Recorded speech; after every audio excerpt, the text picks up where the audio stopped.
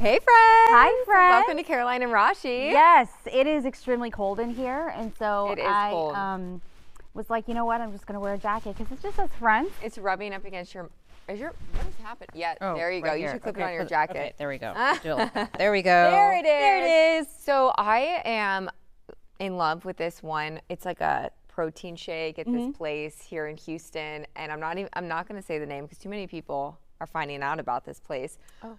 But it's really expensive, and so I hate getting it. It's this coffee protein, and so finally I just like read all the ingredients and how they make it. So it's chocolate protein, like peanut butter, coffee, and bananas. Okay. And I was like, I can make this myself. And I have come up with the most delicious protein shake. I've had it 2 days in a row, and it tastes very similar to the place where I was literally spending way too much money on buying protein shakes and just making it at my house. So good. There's no reason for bringing this up other than the fact that like I highly recommend trying to make like your favorite coffee or whatever or protein shake at home because it actually worked. Oh my gosh! So what I never did thought was, about doing yeah. So chocolate protein, whatever kind you like, frozen bananas, you know, that Starbucks blonde roast that you buy. And then some vanilla stevia, you know, like the liquid stevia. Yeah. Blend her all up. So good, and it's saving me literally like $17. So It's $17 for one of those. yeah, a lot of like protein smoothie places, like if you go get juices and smoothies, are so overpriced here. They are very expensive. They're so but expensive. What I did try to do one time was also I'm talking a little weird because I have these cold sores in my mouth. It's like ridiculous. I don't even. Anyway, you get them when I do get them when I'm stressed, but like I don't even think I'm that Did you chew too stressed. much gum? I did. That always. But makes if you me look naughty. at it, it's like 9 or 10. Oh, It's that's the just worst. so bad. Anyway, so that's why I'm like talking like this. But anyway, I decided to make some juices by myself, like the organic juices. you have a juicer? Yes, because I have a juicer. And walk into any juice place, and you're gonna pay $15 for a cold pressed juice. Yes. Yeah. But I found that it takes more work, time, and energy to make my juice. And because you have like, for instance, you have like a whole thing of celery. But when you juice it, you don't even get that much celery. Wow. Because it's the juice Yeah. of whatever. I mean, or if you're to do it for an apple or an orange, whatever the case may be. So if you put in if you buy a bulk of celery and you juice it, like how much juice are we talking here? Well, because of the, I don't know what you would call it, but the other part of the celery, that's not the juice. So that makes up a huge chunk of it. So I would say maybe a couple of ounces. Wow. Yeah. That's crazy. And I heard juicers can be messy sometimes. They can. So the more expensive ones are the ones that are like Yeah. less messy, the less easier to, I mean, they're easier to clean up and all that. So it's a whole situation. Yeah. But I mean, or pay the extra, whatever it's going to be, like the overhead for the convenience. I know. And well, that's basically why I was going and buying these protein shakes sometimes so I didn't have to make them. Like it was a pure Right, yeah. convenience thing. It's like it was in a convenient location for me after I worked out, and it's like boom, get it, go. But I'm like, Caroline. That's why Barry's does that. It's one thing I don't like about You know what? My sister got a berries smoothie because I had told her, I was like, I love them. I'm obsessed with the skinny one. And she was like, it was the worst thing I've ever had. I couldn't even drink it. And I was like, she goes, what a waste of $10. Oh my gosh. And they'll do it to where like, I think they're great. I like them. But also like, I don't know if they mess them up. Then you literally just threw $10, $15 away. Well, you should tell me the one you like because, I like my this sister likes- skinny chocolate peanut butter one. okay, I can give you the recipe whenever. Yeah. I have an insider. Connor gets the regular ones a lot, and those ones are so good. Like not Really? the skinny ones. Yeah. I don't know what the difference would be, but they're so good. Anyway, completely off subject, has really nothing to do with what we're going to talk about. Yes. Kind of, I would say. Rashi and I, we actually discussed the use of Ozempic and that type of drug a lot because we try so hard to get our workouts in and to eat healthy and feel healthy. And then we personally know so many people who you would never even think like would be on something like that and then get on it and then get so skinny, and we're over here like we're juicing and protein shaking trying and going to to all portion these control. workout classes and eating overpriced salads, you know. Mm-hmm. Yeah, definitely. So anyway, I thought this was really interesting today. Lottie Moss, the sister of Kate Moss, who's a British model, okay? So picture model, I have pictures of here, but anyway, she got really candid about her struggles with the type 2 diabetes drug that many have used for weight loss, calling it the worst decision I have ever made. So she's 26 years old. Again, she's a model. She's beautiful. She explained on her podcast, Dream Mom with Lottie Moss, that she got the medication through a doctor that a friend uses, but she never actually like went to the doctor to see this doctor. It was just prescribed to her. So she ended up being on a dose she says was way too high. She quoted, "The amount that I was taking was for people who were," oh no, they do this in kilos, I'm just going to say the pounds, 220 pounds, and I'm in the 50, which would be the equivalent of 110 pound range here in the US. Wow. It's these small things that I wish I'd known before taking it. So she also went on to explain that she got so ill, she couldn't keep food or water down for a stint of a couple days. She went to the ER where she actually had a seizure from dehydration. She also admitted that she had not been feeling happy about her weight. Well, you know, it's mentally draining when we see all this Ozempic stuff and people getting really, really thin. And she is encouraging her followers not to take Ozempic. She said, "I think I started at about 132 pounds. I went down to 125 pounds with the first dose. Then I went down to like 119 pounds. It was crazy. I think my lowest was 116 pounds. In terms of a few weeks, that's not a healthy weight loss and that's not a healthy drop." And again, she went to the ER and had a seizure because she was so dehydrated, because that medication, a side effect of it is getting nauseous, and it just completely made her so sick. And it's not like you can just get this stuff out of your body, because once you inject it into you, it's in you. And we're talking about a person that, again, she was saying this in the way they do their weight measurements, so kilos. So I put it in pounds. Well, the article, Fox News, put it in pounds. So it wasn't just in metrics measurement. Yeah, I mean, do you know how thin a tall model who's 130 pounds? Oh my gosh. Yes. And then to be down on your body and want to do Ozempic in a way that isn't healthy. Well, I think that what I take away most from the article is about doing it in a healthy manner. Yep. So, I mean, when she's given a high dose like that, obviously a high dose of any prescription medication or any medication is really bad for you. So when you're looking at that and she's not supposed to be taking, there's going to be adverse side effects, you know? Well, and exactly. I'm glad she's coming out with what happened to her so that it can help other people who might be thinking about doing something like this or not, but it's just educational, because I just think it's important to talk to a doctor. Like, that's the problem in the Houston area. Even there's so many of these med spas, and we've done stories on them, that are not owned by doctors or overseen by doctors or have doctors in them. So, you know, even like the beauty places we go to, like for our Botox or whatever, has a medical doctor there. 100%. And a lot of the injectors are actually nurse practitioners who have also got certified in injecting. And even doctors too. My mom, whenever she goes and gets Botox, goes to a legitimate doctor who does all that stuff. So point being, I think it's like really easy for us to see convenience and, oh, I can get that. Like, they'll just online, like send it to or me, whatever, like whatever. So dangerous. It's, if you don't know how it works, basically you can go to any like certified med spa or basically weight loss clinic and meet with actual doctors who will take your blood pressure, take your blood work, take all the information, gather it, and say, if we're going to put you on this, this is the correct dose that you need to be on.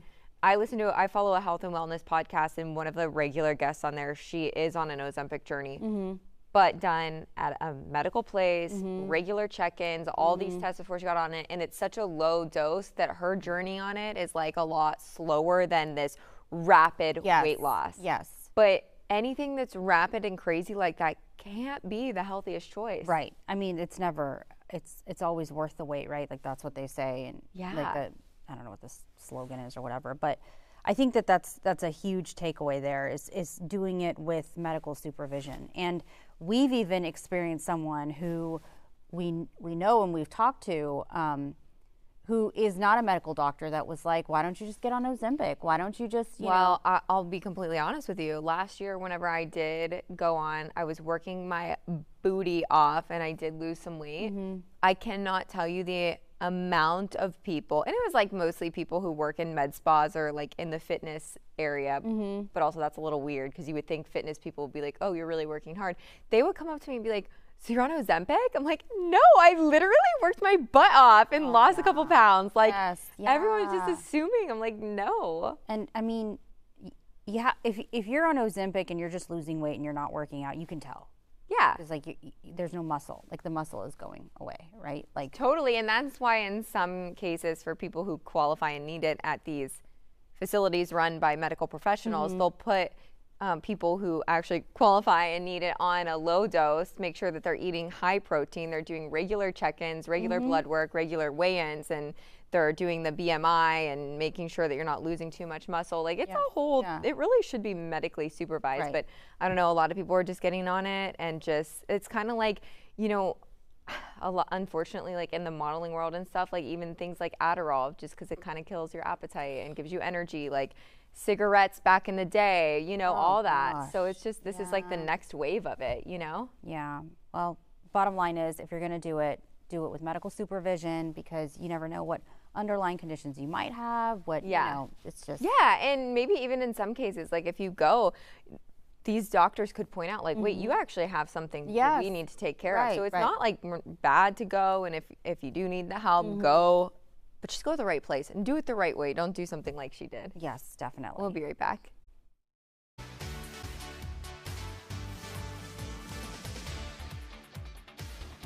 Okay, guys, so the VMAs used to be such a big deal, remember? Like back in the day, I don't know, like if in college, like we would all like watch it and obsess Loved with it. yes. Well, they're still around if you didn't know. And they happened last night and we were talking about it in the newsroom. And of course, nowadays, it makes rounds on social media, so I wanted to talk about it a little bit with you guys. So Taylor Swift took home 7 awards, making a career total of 30. And the most for any artist ever, including the biggest award for Video of the Year for Fortnite, and that is with Post Malone. She then paid tribute to the victims of 9/11. I've just been thinking about what happened 23 years ago, everyone who lost a loved one and everyone that we lost, and that is the most important thing about today, and everything that happens tonight falls behind that. Well, I know. Among other wins, Sabrina Carpenter took Song of the Year for Espresso, and Katy Perry was presented with this year's Video Vanguard Award. She did a whole performance. It was very Era Tours-like. She did a lot of her old songs. She really does have so many hits, like Teenage Dream, California Girls. I mean, the list goes on. And so that is like pretty much a wrap of what happened. Everybody's kind of thinking that Taylor Swift is giving us little Easter eggs of Reputation, Taylor's version coming. It's one of her albums. Oh, okay. I think that's the one that's like, oh, look what you made me do. Oh, You know how she's recording all her album. yeah. So anyway, there you I go. really enjoyed the moment with Orlando Bloom. Watching with Katy? Perry. Yeah, that was really nice. Orlando and Katy are they married? They're married. They have a kid. I know Well, they have a they have a kid together. Are they I think married? they're engaged. I don't know what the situation. I think they are married. Thanks, Bill, with the pop culture. I just listened to the podcast with Katy Perry on it, but I can't remember what she said. Anyway, they have a kid and they're together. Yes, and she looks great. She also you saw the Call Her Daddy podcast, right? And she was talking about how her and Orlando were couples therapy and all that. and how there was definitely boundaries and like, you know, they were Healthy. going through a rough time. Well, what I liked hearing from her, and this is like the weirdest point, but celebrities do all kinds of crazy things, right? But she said that Orlando went to some like week-long retreat that doesn't involve any medication or anything crazy. It's literally just like working on rebuilding habits and making your mind healthy through habits and the way you do things. And then she went and did the same thing, and like that helped their relationship so much. And I was like, that's really great to hear, because there's so many books and things that are accessible to us normal folks that are on habit stacking and just different habits and routines that you can get into that actually then could help your relationship. She said that was like the first step, and That's awesome. I will say that, so my husband grew up Catholic and went through the whole communion and all of that. And you're Catholic too, so Yes. you would know about all those. Anyway, one of the things to get married in the Catholic Church is to do marriage counseling ahead of time. And it's like all these like things you need to do. And I have to tell you, like, I went into it with an open mind, and I was just so amazed at how awesome it was. Oh, really? Yes, because there's things that you don't even think about talking about, and you think you know, but you're also put in situations like, for us, it was, there's several classes where you could do it like all in one weekend or something. I don't know. There's different ways to do it. And like we were given a question and we had to write down the answer like separately and then read our answers to the other person. Wow. And so it was like almost like just, you know how there's like prehab instead of rehab kind of thing? It was just like doing it ahead of time. And so like I'll joke sometimes and be like, I remember in marriage counseling, we were talking about how I need to communicate with you about how I feel. So I'm letting you know, in like a joking way. But I think it is so beneficial, and I'm so grateful to have that. And I hope that, I wish couples would do that, like before getting married, just kind of going through a thing, like even with how you feel about finances, like the nitty gritty of all that. I always see on Instagram and social media posts that are like, before you get married, you need to have the finance conversation, the religion conversation, the politics conversation, the conversation about your parents, in-laws, and your families. Like all these important conversations need to be hashed out before you say I do. Or they need to be, or talked about or thought, like this agreed is like upon, that there's a respect if things are different. I think the in-law ones is a good one to have, though. Yes. And like what boundaries or not boundaries you're gonna set with them, Yes. I've heard, we were with some friends and they were talking basically about how they're friends who like we also are friends with, but she's having a hard time because the in-laws, so his parents, just like have the keys to their house. They just walk on in. There's like, they don't knock, and she's just like having a really hard time with that. Rightfully so. Yeah, definitely. Well, it's little things like your husband's mom may feel that she's obligated to be in the birthing room when you're giving birth, or, things like that. Like, you have to kind of like, be like, this is not where I'm comfortable, or this is not where I Well, would good like thing it. you had babies during the pandemic, so hopefully crisis Yes, avoided. Yeah, no, and she was great, and that was great. It's What so good. What is weird to me right now, and it's just like the reality of the situation, is like we had Daniel's grandmother unfortunately passed away during Harvey, actually. And after that, the funeral home was calling us because we were part of the, I don't know what, but basically calling us to figure out what we would want, like future planning for us. Yes. And I'm like, what? Like, that's a whole nother conversation.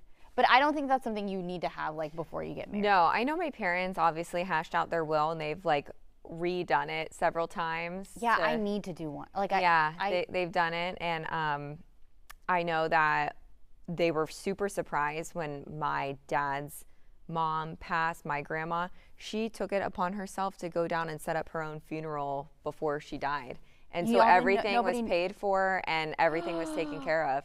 She did that. And then like after, but that was like, she didn't really do things like that. So that was really crazy. Yeah, so that was kind of taken care of, which was, I remember. But your dad saying, didn't know about it. No, none of the 5 kids knew. And she's like, it's all set up. It's at this place. Everything's paid for. That's crazy. My grandfather did that too. Did my he? my mom's dad, yes. And they didn't have to worry about anything. Wow. Like, they didn't even realize they didn't have. Yeah. And I remember that conversation because I was like a freshman in high school. And they were like, yeah, she went down and set it all up. And this is a while ago. Oh my God. I know, it's crazy to think about that stuff. And so she was actually pretty. But I don't even have that conversation now. Like, it's just, I don't know, it weirds me out. I don't know how to. It is crazy. I feel like you have to be I feel like you have to be like super older to like have a will, but that's No, not true. you should get one in place just in case. It's kind of fun. You've done one? No, but I think I'd be like, kind of. Actually, some of the stuff like at work, it's all going to my sister. You don't have to give us details. And I'm like, Don't make me "Parents, should I laugh, give my it to mouth hurts." Lexi?" They're like, yeah. Okay, anyway, we'll be right back.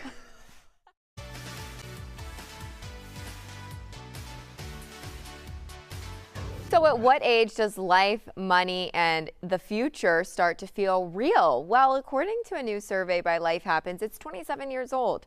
The research finds the average Americans know that they're an adult when they start paying their own bills, become financially independent, and when they put responsibilities over having fun. Moving out of their parents' house and getting their first career job are two of the top events that made Americans feel like an adult. I mean, yeah, I could see that. I think for us it was a lot earlier, right? Yeah, I mean, I started my first job at 21 and I didn't live at home at that job. Then I moved back home for 4 years and I moved out when I was 27. But you're like already climbing the ladder at that point. Yeah. Right? So Yeah. it just depends. Yeah. That's interesting. 27. I mean, I was like in grad school, and so I was probably like 26 or something, 25 maybe, I forget. But so yeah, I could see 27 being like, okay, this isn't a joke anymore. Like, this is real, you know? But I mean, like, yeah, for us, I feel like we took it serious after college. You kind of have to. Yeah. Because you can't waste time. No, at least not in my head. I feel like maybe I could have wasted a little more time. I kind of regret that, but I'm here today. Yes, that's all that matters. Well, thank you so much, guys, for tuning in for another edition of Caroline and Rashi. See you soon, friends.